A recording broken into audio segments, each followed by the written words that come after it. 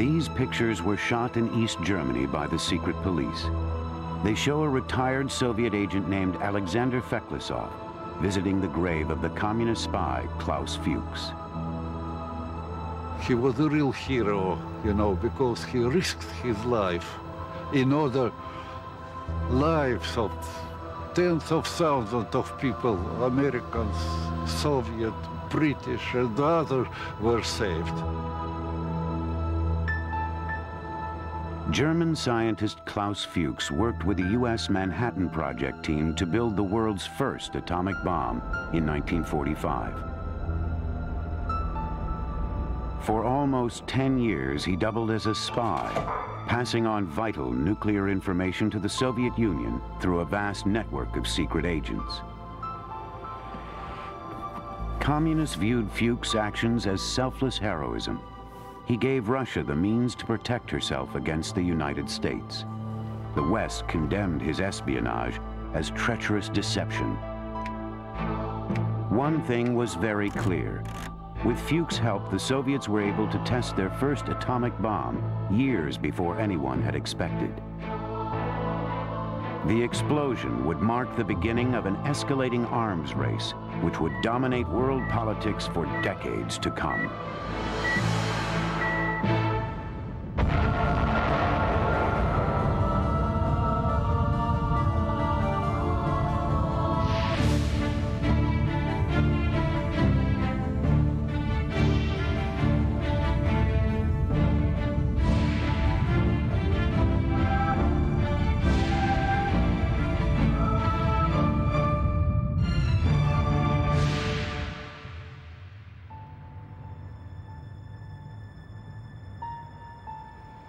The explosion of the first Soviet bomb in August 1949 was hailed as a great achievement. Stalin and Beria, his right-hand man in the Kremlin, were ecstatic. After the frantic rush to produce a working bomb, the scientists celebrated their success.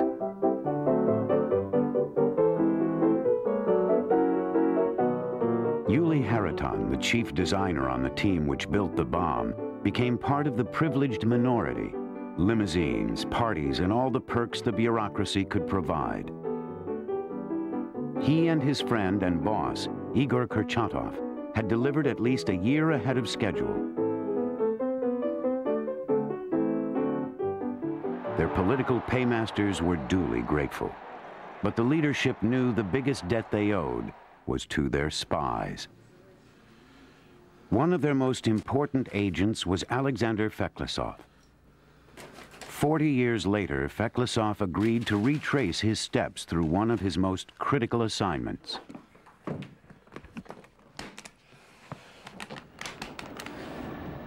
His destination was London, just as it had been in 1947, when the KGB learned that Klaus Fuchs had returned from working on the Americans' atomic bomb at Los Alamos and wanted to re-establish Soviet contact in England.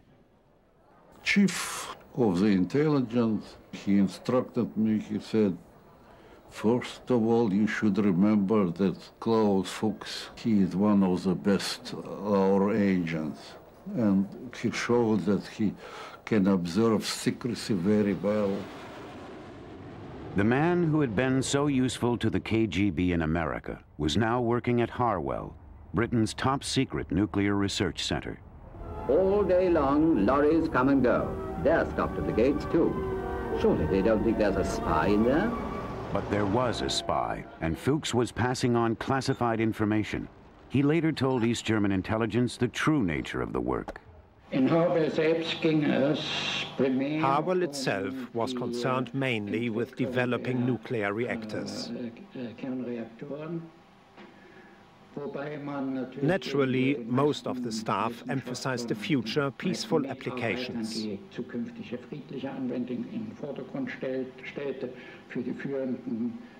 But the senior staff knew that the first reactor to be developed would be used to produce plutonium for military purposes.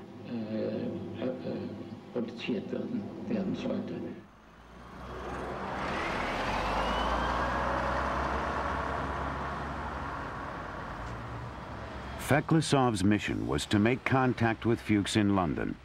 Their first rendezvous was at a pub in North London called the Nag's Head.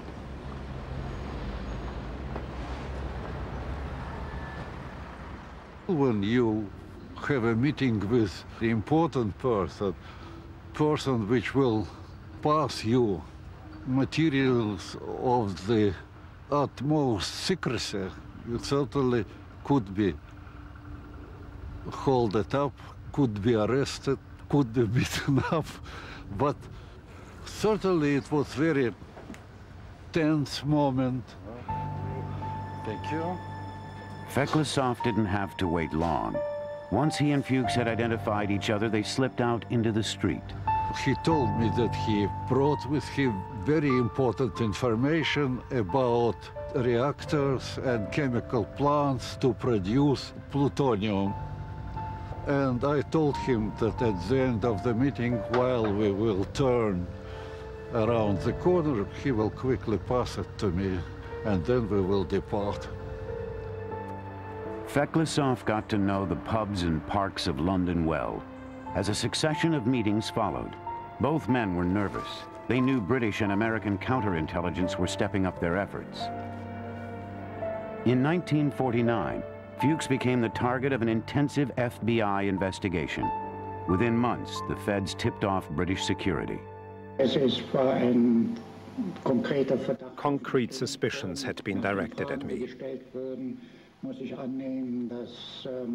From the questions that were asked, I had to assume that the material I had passed on from New York, that some kind of information about it had reached the American authorities. And then came the day when the deputy director, Dr. Skinner, a very close personal friend, said to me, "Klaus, accusations have been made against you. If you can assure us there's nothing in them, we'll stand by you to a man and fight it through with you to the end." I simply wasn't equal to that. As someone involved with intelligence, I should have been delighted. But as a human being, I was suddenly struck by the human relations aspect. The fact that one can feel such a close bond with one's friends, that they can place such trust in one. And that was the moment I betrayed myself. British security arrested Fuchs on February 2nd, 1950. His old friend and mentor Rudolf Piles, a fellow refugee from Nazi Germany, went to visit him in jail. When I said that I found it hard to believe that he accepted all the orthodoxy of Marxism and so on, and of the Soviet regime, he said, well, you must remember what I went through as a young man in Germany. But also it was always my intention, when I had helped the Russians to take over everything, then I would get up and tell them what was wrong with their system. It seems to me a fantastic arrogance and naivety. He was prepared to meet death. And when he was later arrested, he expected that he would be executed.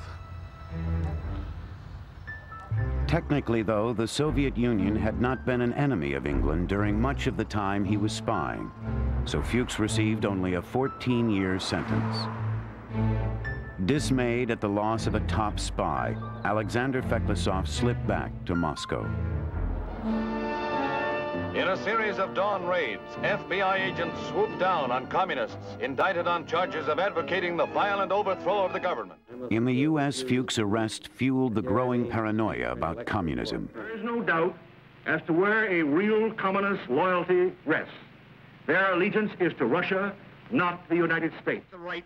FBI Director Hoover asked for funds to hire 300 more special agents as suspicion and accusation reached a feverish pitch. Meanwhile, the Soviets were urgently working towards a more practical weapon, one that could actually target the enemy. In 1951, Oleg Kiryushkin was given a special assignment to navigate the Tupolev 4 for the Soviets' first airdrop of an atomic bomb. It was October the 19th, 1951. The test center chief called us together and said, "Comrades, today you're making an important test flight." Fine. We lined up to get the final briefing from the Deputy Minister of the Interior.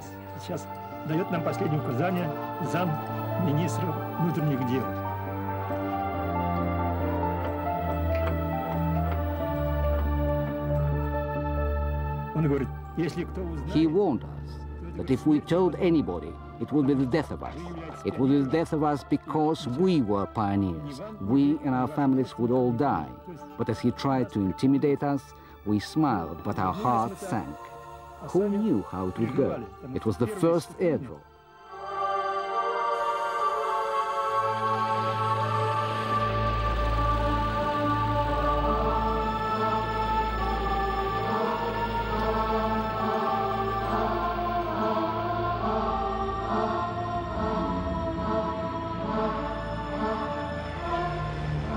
The plane headed out towards the same test site in Kazakhstan, where the first red bomb had been exploded 2 years earlier.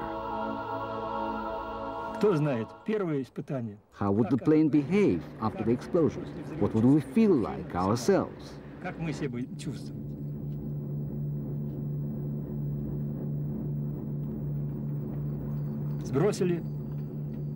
We dropped the bomb.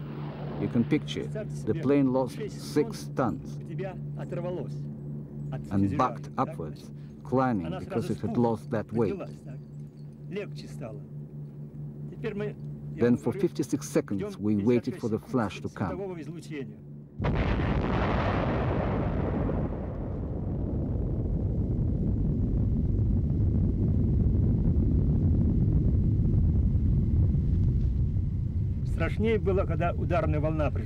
It was worse when the shock wave hit. The plane began to creak and groan. Just imagine, it's a heavy plane. There were 3 almighty shocks, very powerful shocks. We've got an instrument called a variometer that shows the rate of climb and descent. Now, that variometer needle went round the clock 3 times. It didn't register just 10 or 15 meters. It went round 3 times. The shock was so violent. The plane was just hurled upwards.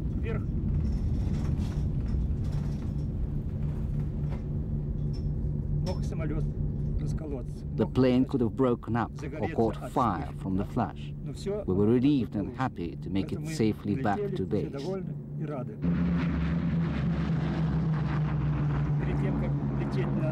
Before we took off to make the bombing run, we were shown what we would be bombing. A factory had been built there, and a railway station, an airport. There were tanks on the ground, artillery pieces, residential housing blocks, and all the structures were real, solid.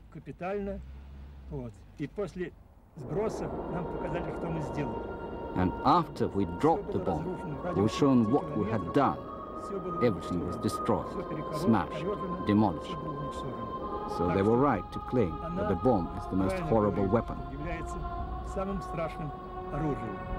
We were all against it, and we wanted it banned.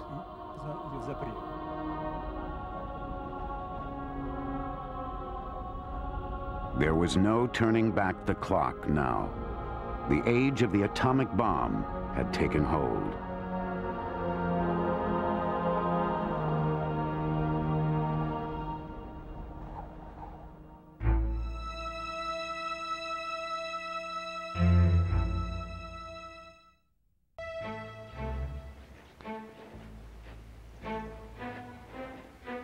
Special armed troops still patrol a network of secret nuclear work centers stretching out over the former Soviet Union.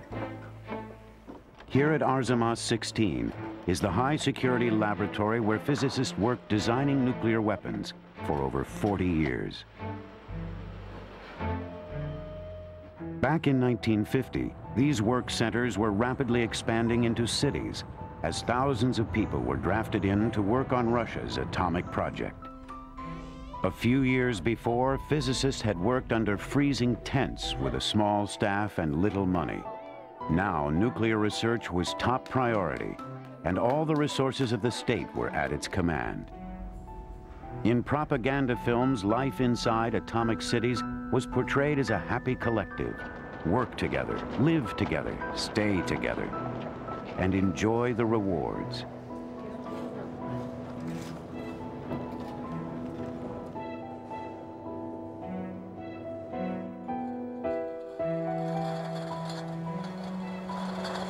Despite the luxury, even the top physicists were virtually prisoners of the state.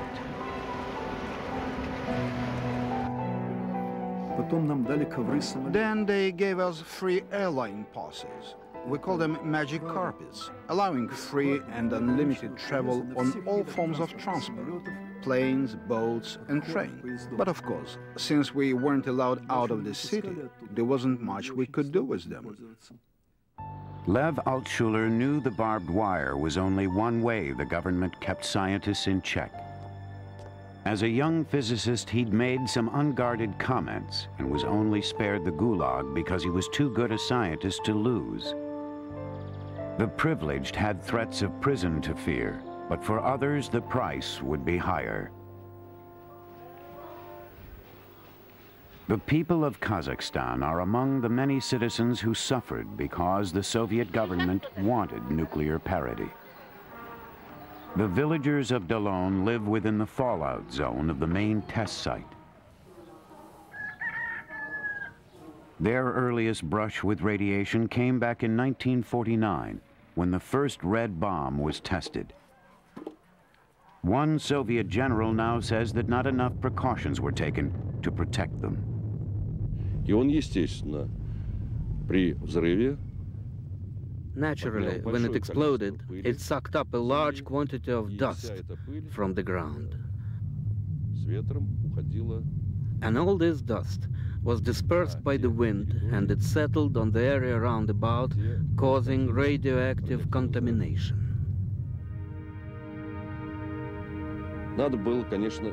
We ought to have evacuated people from the populated areas downwind, but that just didn't happen. Over the next few years, the villagers would see many such explosions, many such dust clouds. The local doctor has kept her own data on the consequences. We have a very high rate of infant mortality here. Apparently, this is linked to genes which were damaged during these radiation tests, and this infant mortality is specifically connected with the effects of radiation on the genes. We also get children born with birth defects, a great many, but in my opinion it is reflected not in the first generation, which suffered the radiation, nor to such an extent in the second generation, but in the third and fourth. America, meanwhile, was pouring still more money into nuclear research. A wave of anti-red hysteria swept through the United States. I am holding in my hand a microfilm of very highly confidential, secret State Department documents. These documents were fed out of the State Department over 10 years ago by communists who were employees of that department and who were interested in seeing if these documents were sent to the Soviet Union. In the West, the propaganda war was reaching a crescendo. Are you now, have you ever been a member of the Communist Party? It is perfectly clear to me, gentlemen, that if you continue in this particular fashion, you have only one idea.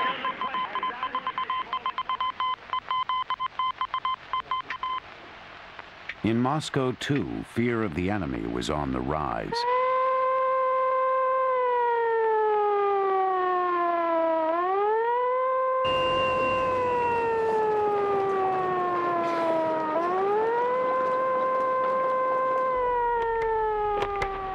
Граждане, воздушная тревога. Говорит штаб гражданской обороны. Воздушная тревога. Воздушная тревога. Воздушная тревога. Если вы, находясь дома, услышали сигнал воздушной тревоги, возьмите заранее приготовленный запас продуктов и индивидуальные средства защиты. Не забудьте личные документы.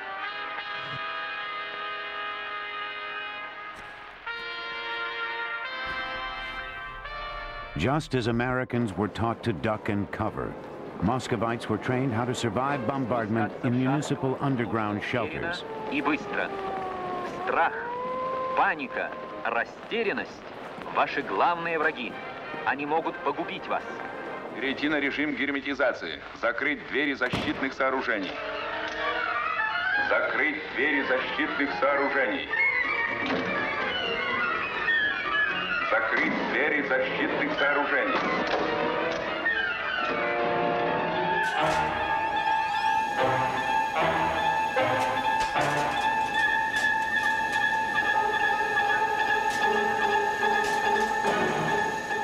Security became a national obsession as the world stood on the brink of an even more frightening phase of the arms race.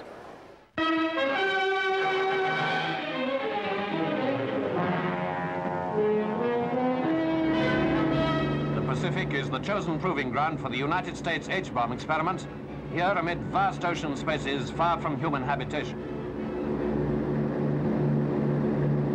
In November 1952, on Eniwetok Atoll, the Americans prepared to detonate the world's first hydrogen bomb. In less than a minute, you will see the most powerful explosion ever witnessed by human eyes. The blast will come out of the horizon just about there. And this is the significance of the moment. This is the first full-scale test of a hydrogen device. If the reaction goes, we're in the thermonuclear era. 8, 7, 6, 5, 4, 3, 2,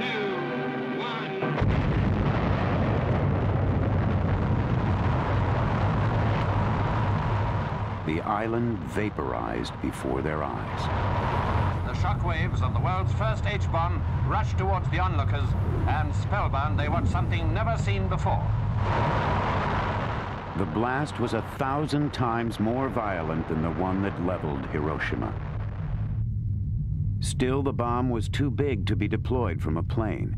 They needed one they could drop over enemy territory. Two new figures were to dominate the race. Edward Teller was leading the American effort. While in Russia, Andrei Sakharov, the wonder boy of science, was right on the heels of Teller's H-bomb team. He and his colleague Yuri Trutnev worked together to build the Soviets' first H-bomb. Многие годы. Атмосфера была очень творческая. The atmosphere was very creative. Fresh ideas were valued, and somehow the way it went was that the young specialists who had arrived here worked with enthusiasm, and the fresh ideas came tumbling out. A few months after the U.S. blast, the Soviets prepared to test Sakharov's latest bomb, which used a compound of lithium and a form of hydrogen called deuterium. Sakharov was confident his design was better than the U.S. bomb because the Soviets had seen American plans courtesy of their spies.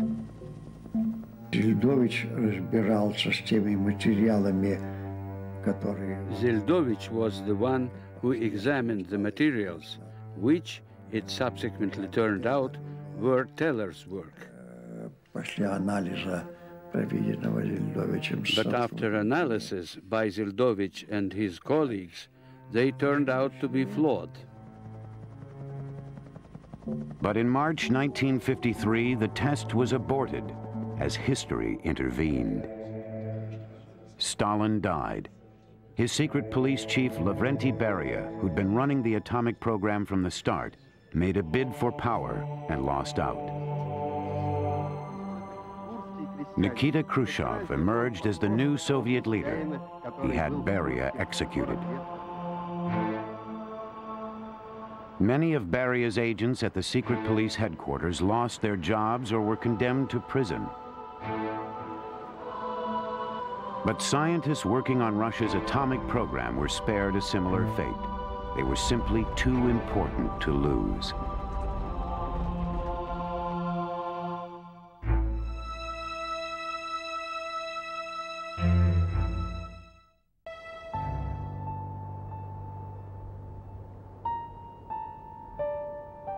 In August 1953, the Soviets gathered at the test site in Kazakhstan to explode their first H-bomb.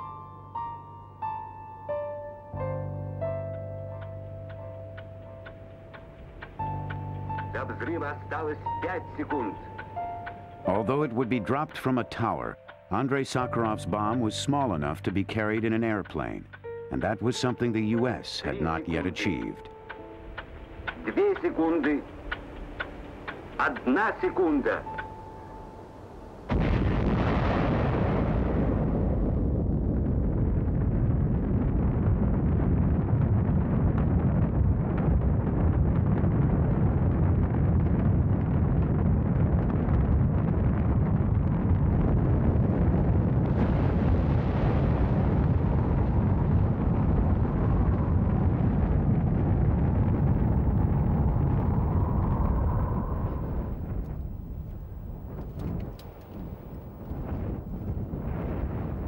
Forty years ago, Ilya Radugin was a young lieutenant in the Soviet Army.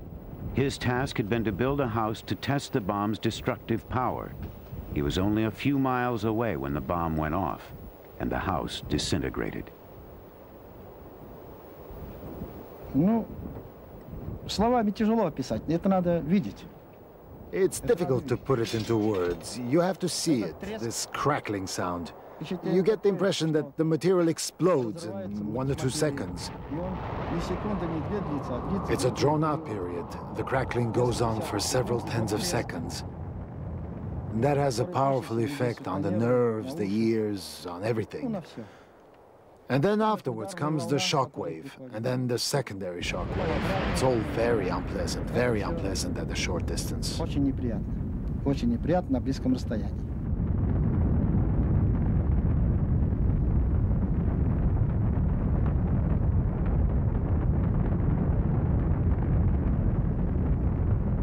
The success of the bomb caught the U.S. off guard.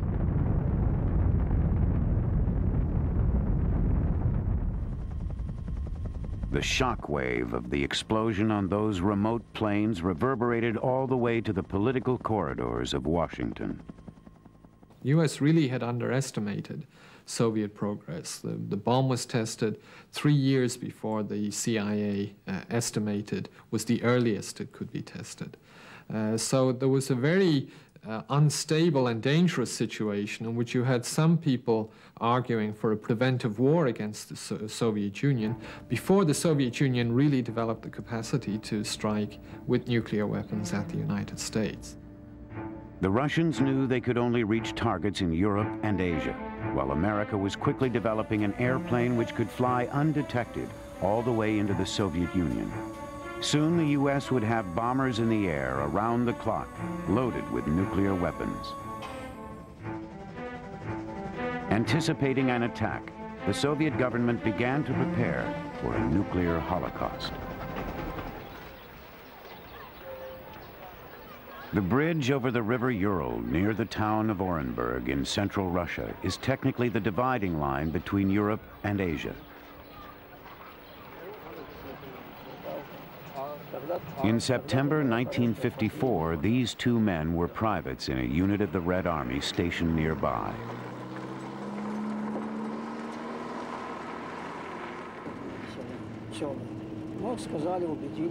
They were told to report for special maneuvers near the town of Totsk, some 50 miles away.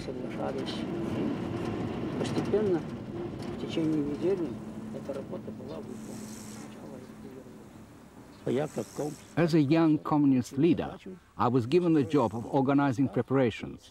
I had to see to it that squad personnel kept strict discipline and to check their morale, because we had to carry out a very important government mission.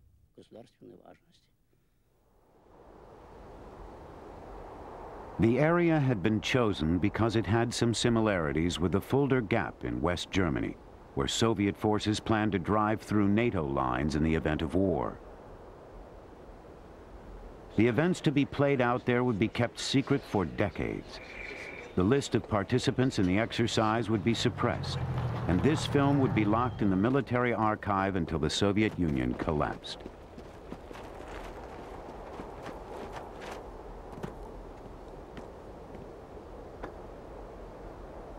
Some of the preparations were to be expected. Trenches had been dug across the plain, as though for an infantry battle.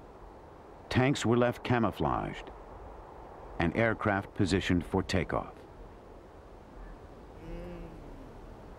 More unusual were the livestock tethered around the battlefield in the autumn sun.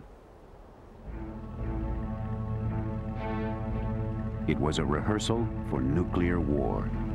An atomic bomb would be exploded over the site, and tens of thousands of men, divided into two camps, would be sent in to fight a mock battle. Military chiefs from communist countries all over the world turned up to view the event. The code word to start the exercise was Molnia, or lightning. Подается сигнал «Атомная тревога», который дублируется с наблюдательных пунктов командиров соединений, частей и подразделений. Молния! Молния! Молния! 9 часов утра такая команда. The command came at 9 o'clock in the morning, September 14th. Enemy air attack, and then atom. Atomic alert, that is an atomic attack. We took to the trenches and we took cover. For some 25 to 30 minutes we remained in the trenches, waiting for the next signal. Дальнейшего сигнала. Приближается к цели. Атомная бомба брошена. Полет бомбы продолжался свыше 40 секунд.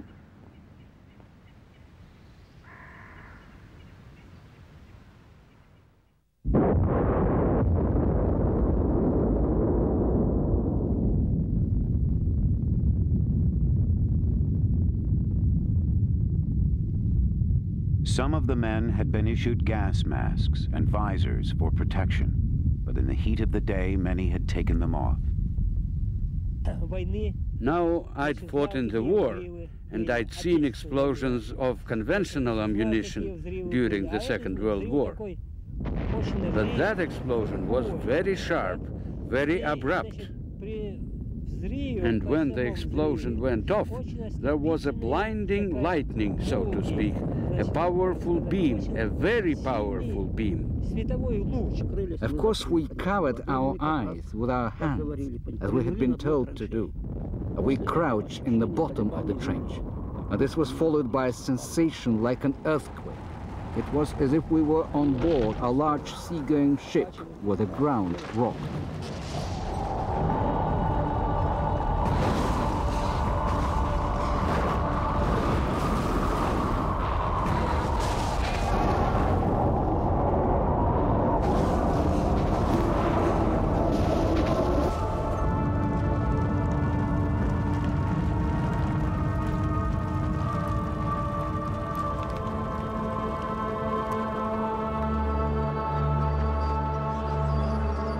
Hours later, the cloud was still rising as the troops were ordered to start their pretend war under its deadly shadow.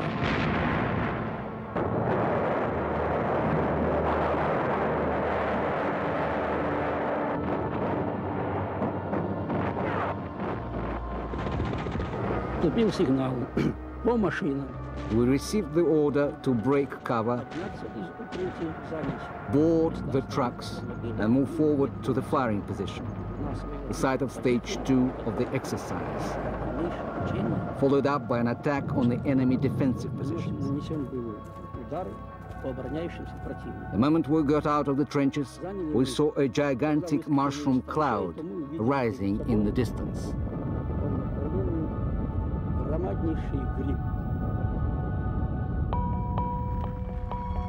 With little protection against radiation, the troops carried out maneuvers for several hours, so the military could see how they tolerated a nuclear attack.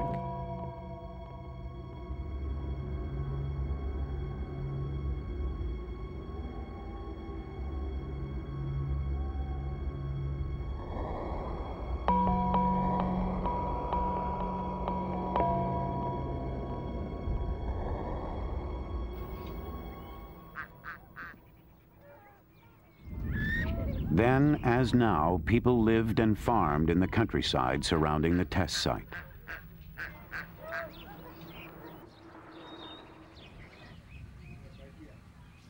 The villagers had been evacuated from their land a few days before the exercise, but were promptly allowed back in.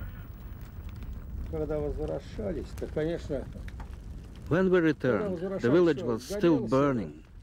There was military equipment ablaze. The fire engines were putting the fires out. Bulldozers were working away. But they actually allowed us to eat everything right away. We'd got cucumbers, tomatoes, melons in our vegetable gardens. And when we got back, all this vegetable crop was ripened. The tomatoes and such, they were all red. And they said, go ahead, you can eat everything. It's not dangerous. Of course, we and the children began eating. In the decades following the test, the government seemed to ignore the fate of both villagers and soldiers. Sworn to secrecy about the mock battle for 25 years, the veterans were not able to help their doctors diagnose the causes of the mysterious illnesses they would later develop. Of the 40,000 soldiers at Tatsk, only some 1,000 are still alive today.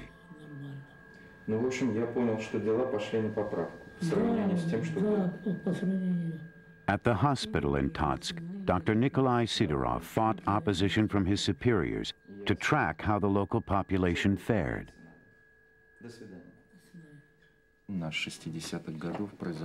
In the 1960s, there was a definite explosion of tumorous illnesses in both the region and in the whole province. I should mention here that at the end of 1991, we had 28,000 people suffering from tumorous illnesses in the province, and this trend is growing stronger every year. If we compare the statistics relating to 1950 with those for the current years, we will see that the number of cases has gone up 500%, and the mortality rate has gone up accordingly as a consequence.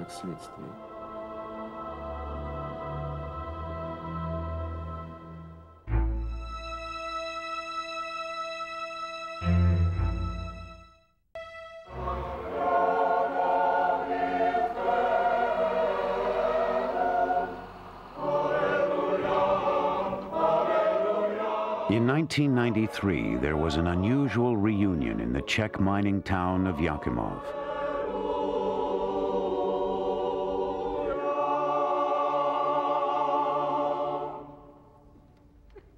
Back in 1950, these men were political prisoners of the new communist regime in Prague. They became victims of the Soviet arms buildup.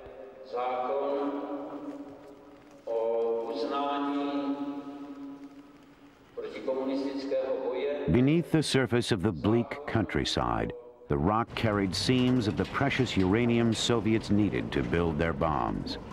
When supplies ran short, political prisoners were drafted in to work the mines.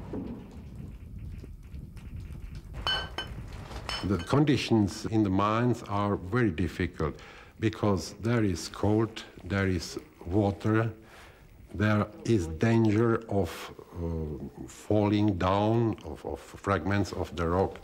And then also, especially in the uranium mines, there was radioactivity because it was the radiation either from the ore veins, from the uranium ores, or, and it was far more dangerous, breathing of radon, of the gas radon.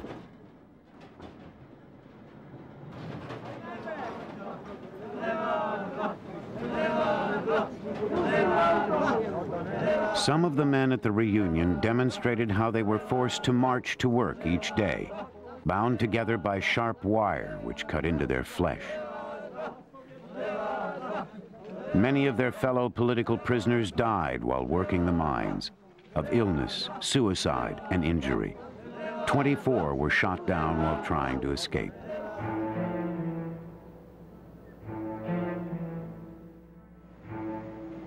To the Soviets, this human cost was outweighed by the chance to gain nuclear supremacy. With the brilliant Andrei Sakharov still a loyal servant of the arms race, they had someone to lead them blazing into the future. Sakharov racked his brains to see if it was feasible to make a bomb that was more powerful and more efficient. Towards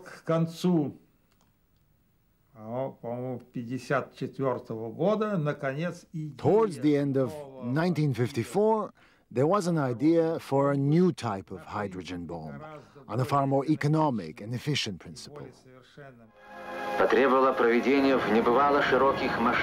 The device carried in this plane in 1955 was, to that date, the most powerful bomb ever tested.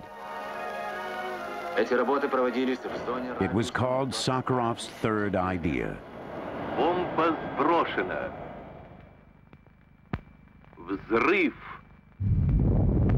Образовался огромный огненный шар, сила света которого намного ярче солнца. Шар превращается в колоссальный светящийся купол. It should have been a moment of triumph, but for some of the physicists, it was a moment that would haunt them forever.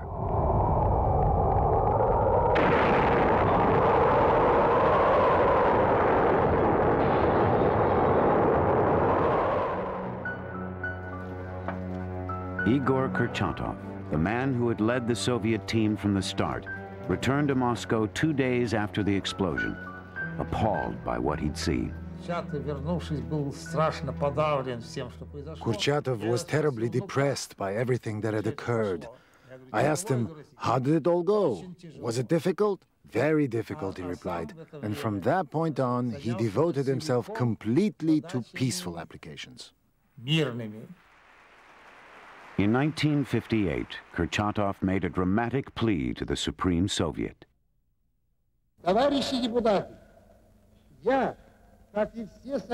Like all Soviet scientists, I warmly support the government's initiative to ratify the proposal for a unilateral freeze on the testing of all types of nuclear and hydrogen weapons. I am proud of this noble initiative on the part of our government. To the motherland, to our people, to our party, to peace on earth. But what Kurchatov hoped for didn't happen in his lifetime. Instead, the military men on both sides of the arms race devised a policy for peace. It was called MAD, Mutually Assured Destruction. Игорь Васильевич Курчатов был верным сыном коммунистической партии. Kurchatov's longtime friend and colleague, Yuli Hariton, would never stand up publicly and condemn the dangerous work that had taken him a lifetime to perfect. He chose instead to live in isolation and secrecy. Only his closest friends know the toll it has taken on his personality and his life.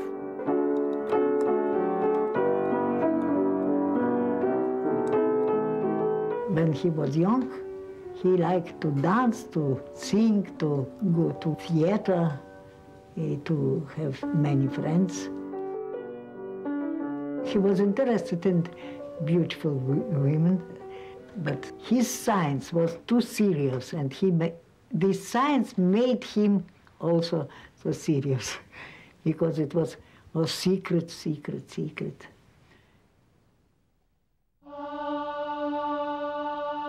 And Andrei Sakharov, the genius behind the Soviets' hydrogen bomb, sacrificed his career as a scientist by taking a very public stand against the arms buildup.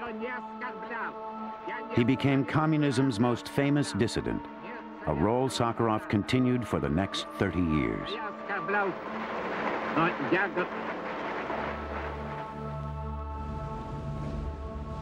And the communist spy who changed history by passing on America's A-bomb secrets left prison unchanged. Klaus Fuchs died in East Germany in 1988. To the end, he believed he'd acted in the interests of peace on Earth.